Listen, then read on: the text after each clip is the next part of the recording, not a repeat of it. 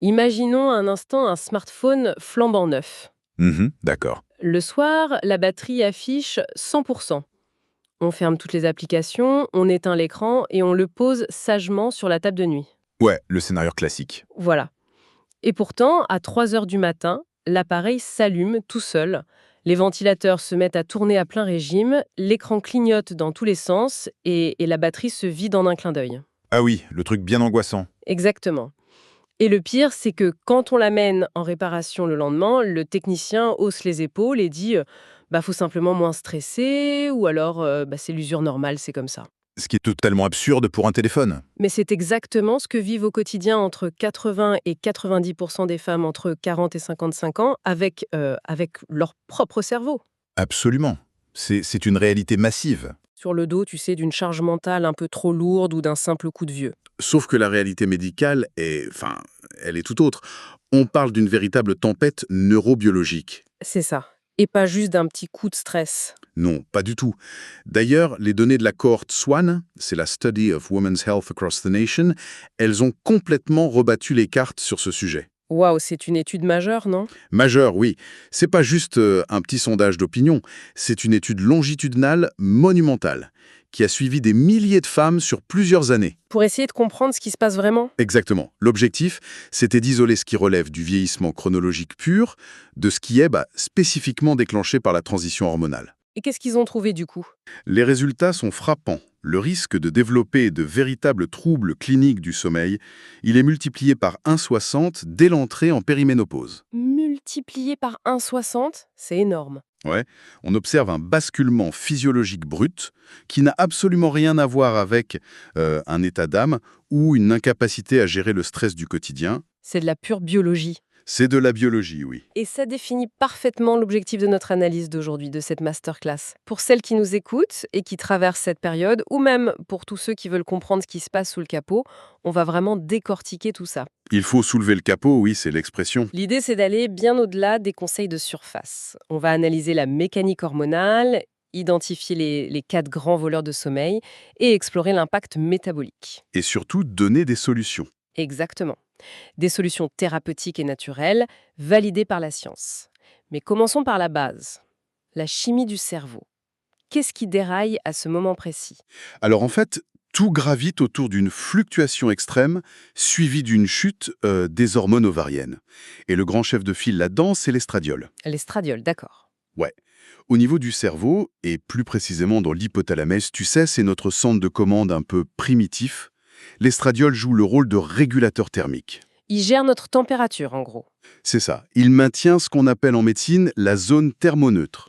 La zone thermoneutre, c'est quoi exactement? En gros, c'est une fourchette de température dans laquelle le corps se sent bien, sans avoir besoin de transpirer pour se refroidir ou de frissonner pour se réchauffer. D'accord, c'est l'équilibre parfait.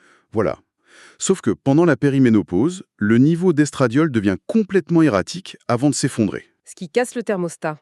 Conséquence directe, cette fameuse zone thermoneutre, elle se rétrécit de façon spectaculaire. Ah, c'est comme si le thermostat interne de la maison devenait hypersensible. Genre, une variation d'un dixième de degré suffit à faire croire au système qu'il y a le feu partout. C'est exactement cette image. Le cerveau entre littéralement en alerte rouge pour une micro-variation. Waouh. Et il réagit comment? Il déclenche un mécanisme d'urgence pour évacuer cette chaleur fantôme. C'est une vasodilatation massive. La fameuse bouffée de chaleur. Ouais, la bouffée de chaleur nocturne. Mais, et c'est là que ça devient fascinant, la recherche récente est allée encore plus loin.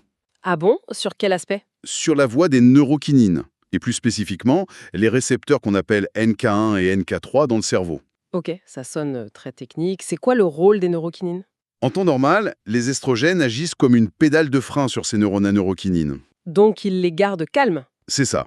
Mais sans ce frein, avec la chute des estrogènes, le système s'emballe. Les neurones s'activent de manière complètement chaotique. D'accord. Et cette décharge, elle ne provoque pas seulement de la chaleur corporelle, elle provoque un hyper-éveil cortical. Un hyper-réveil cortical. Attends, donc le cerveau s'allume comme un sapin de Noël en plein milieu de la nuit? Littéralement, sur un électroencéphalogramme, on le verrait s'allumer en pleine phase de sommeil profond. Ce qui explique ces réveils en sursaut avec le cœur qui bat la chamade à 3 heures du matin. Tout à fait. C'est physique. C'est une alarme interne. Mais enfin, si l'estradiol explique cette surchauffe et ce réveil brutal, ça n'explique pas forcément, tu sais, cette angoisse sourde que beaucoup de femmes décrivent, ou cette incapacité totale à trouver le sommeil au moment de se coucher. C'est vrai. Il y a forcément un autre mécanisme en jeu, non? Peut-être la perte d'un autre agent naturel. Eh bien, c'est là qu'intervient la progestérone. Ah, la progestérone. On parle toujours des estrogènes, en fait. Oui, on se focalise souvent sur les estrogènes, mais la progestérone elle est fondamentale pour l'architecture du sommeil. Comment ça? C'est une hormone qui, une fois métabolisée dans le cerveau, se lie avec une affinité incroyable au récepteur GABA-A. Le GABA, c'est le truc qui calme, c'est ça? C'est exactement ça. C'est le grand neurotransmetteur inhibiteur du système nerveux central. Son rôle, c'est de ralentir l'activité cérébrale, de réduire l'anxiété, de détendre les muscles et d'induire le sommeil. Ok. Et en périménopause, il se passe quoi avec la progestérone? Sa production chute, et souvent bien avant celle de l'estradiol, et de manière beaucoup plus abrupte en fait. Du coup, le système nerveux perd sa berceuse chimique. Complètement. Sans cette stimulation du GABA, le cerveau n'arrive plus à appuyer sur la pédale de frein le soir. C'est le fameux petit vélo mental qui tourne à toute vitesse quand on ferme les yeux. Ce qui entraîne une difficulté d'initiation du sommeil qui est très très marquée. Et pour noircir un peu plus le tableau biochimique, il faut aussi intégrer la mélatonine. L'hormone du sommeil, l'horloge interne. Voilà. La production de mélatonine diminue naturellement avec l'âge chronologique, pour tout le monde. D'accord. Mais les études montrent que la perte des estrogènes accélère et amplifie drastiquement ce déclin. Ah oui, donc double peine. Ouais. Le signal biologique qui est censé chuchoter à nos cellules la lumière baisse, il est l'heure de dormir, ce signal devient de plus en plus faible, presque inaudible. Donc, si je résume, le thermostat est cassé, le frein sédatif a disparu et l'horloge interne est désynchronisée. C'est un sacré cocktail. Du combattant. Et je crois que la littérature médicale classe les conséquences de cette tempête en 4 grands troubles du sommeil, des vrais voleurs de sommeil. Oui, 4 grands troubles. Le trouble roi, le trouble prédominant, qui touche environ 46 à 48% des femmes en post-ménopause, c'est l'insomnie chronique. Près d'une femme sur 2, c'est fou. Ouais. Et elle se manifeste sous 3 phénotypes distincts, qui peuvent d'ailleurs se combiner pour une même personne. Ok, quels sont ces phénotypes? D'abord, l'insomnie d'initiation. C'est directement lié au manque de progestérone dont on parlait. C'est l'incapacité à s'endormir en moins de 30 minutes. Le fameux petit vélo. C'est ça. Ensuite, on a l'insomnie de maintien, caractérisée par des réveils nocturnes très fréquents. Et ça, c'est lié aux bouffées de chaleur. En grande partie. Les enregistrements montrent que près de 69% de ces réveils coïncident très précisément avec une bouffée de chaleur ou des sueurs nocturnes. Waouh, 69%. Et le troisième phénotype, c'est le réveil matinal précoce. Typiquement, une ouverture des yeux à 4 heures du matin, avec une impossibilité totale de se rendormir. Le pire sentiment. Mais ce premier voleur, l'insomnie, il est assez visible. Par contre, le deuxième trouble identifié dans ces recherches m'a vraiment surprise. Lequel? On parle du syndrome d'apnée obstructive du sommeil, le SAOS. Ah oui, le fameux SAOS. Pardon, mais si je joue l'avocat du diable une seconde, dans l'imaginaire médical et même sociétal, l'apnée du sommeil, c'est plutôt un homme d'une soixantaine d'années, souvent en surpoids, qui ronfle à faire trembler les murs de la chambre, non? Oui, c'est le cliché habituel. Du coup, quel est le lien avec une femme de 48 ans en pleine transition ménopausique? Alors ça, c'est l'un des plus grands pièges diagnostiques actuels en médecine du sommeil. Vraiment? Oui, les chiffres montrent que la prévalence du syndrome d'apnée du sommeil explose chez les femmes à partir de la ménopause. Ça touche plus d'un tiers d'entre elles. Un tiers? Mais pourquoi? L'explication est purement mécanique et hormonale. On revient à la progestérone, elle n'est pas seulement un anxiolytique naturel, D'accord. c'est aussi un très puissant stimulant respiratoire, elle aide à maintenir le tonus des muscles des voies aériennes supérieures pendant qu'on dort. Oh, je vois.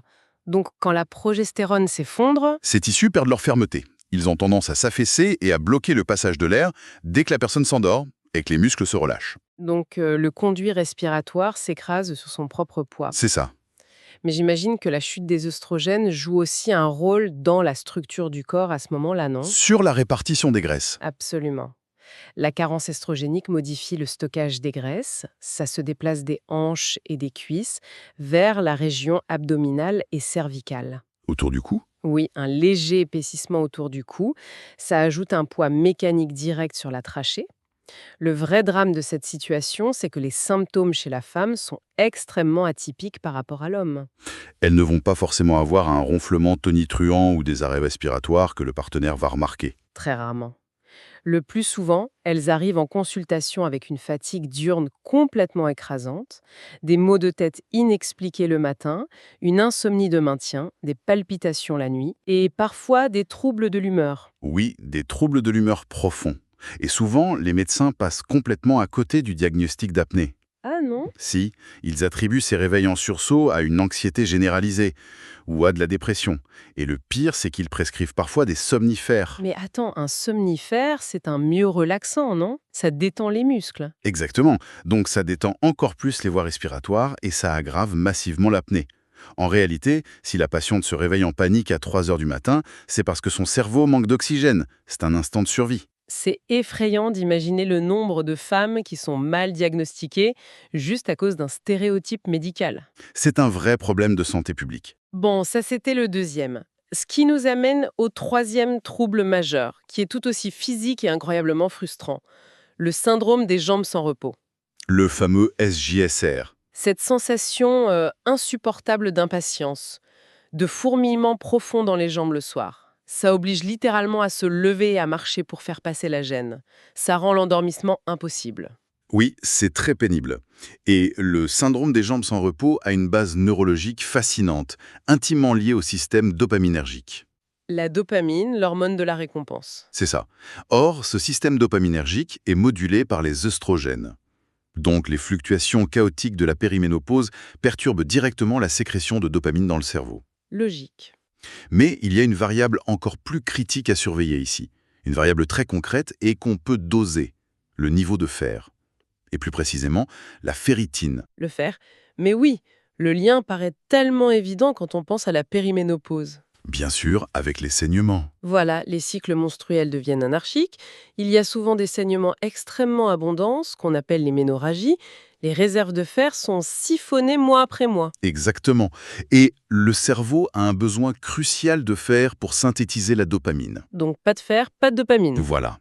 Si la ferritine sanguine descend en dessous d'un certain seuil, on parle généralement de 50 à 75 microgrammes par litre pour ce syndrome spécifique, même si on n'est pas encore en anémie sévère, le système dopaminergique déraille. Et les impatiences nocturnes se déclenchent. Avec une violence inouïe.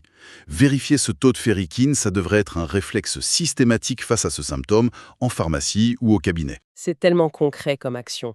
Le quatrième trouble, on l'a un peu effleuré tout à l'heure avec la mélatonine, c'est l'avance de phase du rythme circadien. Oui, le décalage horaire interne. Le corps n'est plus synchronisé avec l'horloge de la société. En gros, une envie irrésistible de dormir s'abat sur nous à 20h30, on lutte pour regarder un film et par effet de balancier, l'éveil définitif se produit à 3 ou 4 heures du matin. Parce que le signal temporel est complètement brouillé par la baisse de mélatonine et aussi par l'aplatissement de la courbe naturelle de température du corps. Tous ces éléments dessinent vraiment un tableau d'épuisement intense. C'est le mot. Mais il faut aller au-delà du ressenti immédiat, au-delà de l'irritabilité ou de la difficulté à se concentrer au travail. Quel est le coût réel de ces nuits hachées sur la santé globale? Il est majeur. On sait bien que le sommeil, c'est pas juste un bouton pause pour le cerveau, c'est une phase de maintenance active. Si on ampute cette maintenance mois après mois, l'effet domino doit être sévère, notamment sur le plan métabolique, non? C'est un engrenage redoutable. Le sommeil profond est essentiel pour la régulation endocrinienne globale. Quand l'architecture du sommeil est détruite, on observe très rapidement un dérèglement des hormones de l'appétit. Ah, la gréline et la leptine? Exactement. La gréline, c'est l'hormone qui signale la faim. Elle augmente significativement quand on manque de sommeil. Et à l'inverse, la leptine, l'hormone de la satiété, elle s'effondre. Donc on a tout le temps faim et on n'est jamais rassasié. C'est ça. Le corps cherche désespérément de l'énergie pour compenser la fatigue et pousse vers une surconsommation d'aliments riches en sucre et en graisse. Ce qui crée un terrain super favorable à la résistance à l'insuline. Et à la prise de poids. Particulièrement autour de la sangle abdominale pendant la ménopause. Et le système cardiovasculaire, j'imagine qu'il paye aussi la facture, hein, surtout avec les apnées du sommeil non diagnostiquées dont tu parlais. Bien sûr. L'apnée crée des micro-asphyxies répétées qui font bondir la pression artérielle. C'est un stress énorme pour le cœur. Mais il y a un autre mécanisme décrit dans les études qui m'a vraiment frappé, c'est l'hyperalgésie, la sensibilité à la douleur. Oui. En fait, le manque de sommeil modifie la façon dont le cerveau traite les signaux de la douleur. Comment ça? Les voies inhibitrices de la douleur, qui descendent du cerveau vers la moelle épinière pour filtrer les signaux, elles sont affaiblies. Du coup, le seuil de tolérance baisse drastiquement. Et comme les douleurs articulaires, les arthralgies, sont déjà un symptôme courant de la carence estrogénique. Eh bien, elles deviennent beaucoup plus aiguës, diffuses et presque insupportables, simplement parce que le cerveau, privé de repos, amplifie le volume du signal douloureux. Une double peine physique. Et il y a aussi un point fondamental à clarifier, je pense, concernant la santé mentale. Ah oui, très important. On a ce vieux cliché tenace qui voudrait que la ménopause rende dépressive. La chute hormonale est souvent pointée du doigt comme la seule et unique responsable de la détresse psychologique. Et c'est une idée qu'il faut vraiment déconstruire. Oui, les études Swan en parlent, non? Absolument. Alors attention, la périménopause engendre effectivement des fluctuations d'humeur, de l'irritabilité et des pics d'anxiété. Surtout avec cet hyper-éveil cortical nocturne.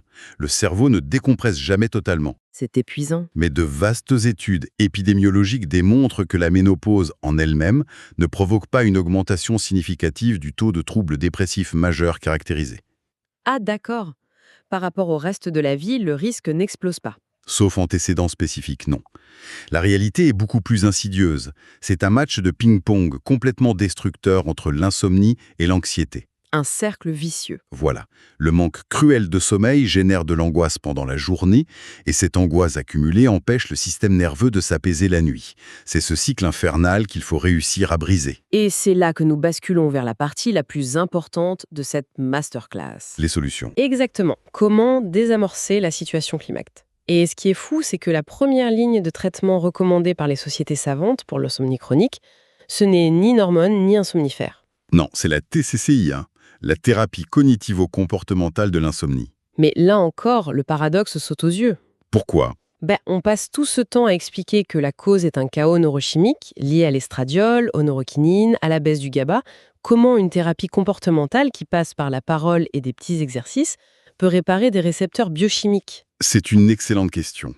L'apparence de cette contradiction est levée quand on comprend un concept neurologique clé, le sleep state misperception. La perception erronée de l'état de sommeil. C'est ça, rappelle-toi l'hyper-éveil cortical. Le cerveau tourne un régime de fond qui est tellement élevé qu'il brouille la frontière entre le sommeil léger et l'éveil. D'accord. Souvent, au réveil, la femme a la conviction absolue de ne pas avoir fermé l'œil de la nuit. Elle est persuadée d'avoir fait nuit blanche. Alors que ce n'est pas le cas. Or, les tracés électroencéphalographiques montrent qu'elle a bel et bien dormi, mais d'un sommeil qui est physiologiquement perçu comme non réparateur et conscient.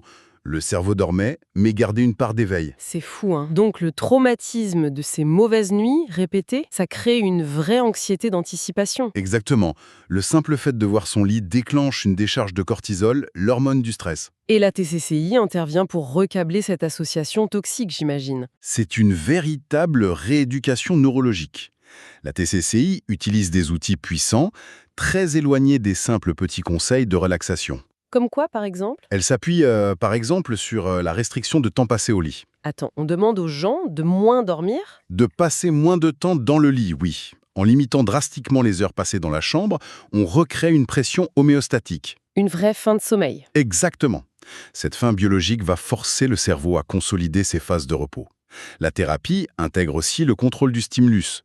Pour que le cerveau réapprenne que le lit est un sanctuaire exclusif au sommeil, et pas un ring de boxe psychologique. Voilà, et c'est infiniment plus efficace sur le long terme que la simple hygiène du sommeil, même s'il reste capital de dormir dans une chambre fraîche, autour de 18 degrés, pour limiter l'impact des variations thermiques corporelles. Bien sûr. Il y a aussi les voies médicales strictes. Face à des bouffées de chaleur invalidantes qui pulvérisent le sommeil, le traitement hormonal de la ménopause, le THM, possède une efficacité redoutable. Surtout s'il inclut de la progestérone micronisée. On l'a vu, elle va réactiver directement les récepteurs GABA calmants. Et pour le syndrome d'apnée du sommeil dont on parlait, l'utilisation de la pression positive continue, le fameux masque PPC. Ça reste le traitement de référence pour ouvrir mécaniquement les voies respiratoires. Cependant, pour celles qui souhaitent d'abord se tourner vers la supplémentation naturelle ou qui ont des contre-indications au THM, le rayon des compléments alimentaires en pharmacie, ça ressemble souvent à une jungle marketing. Oui, on y trouve de tout.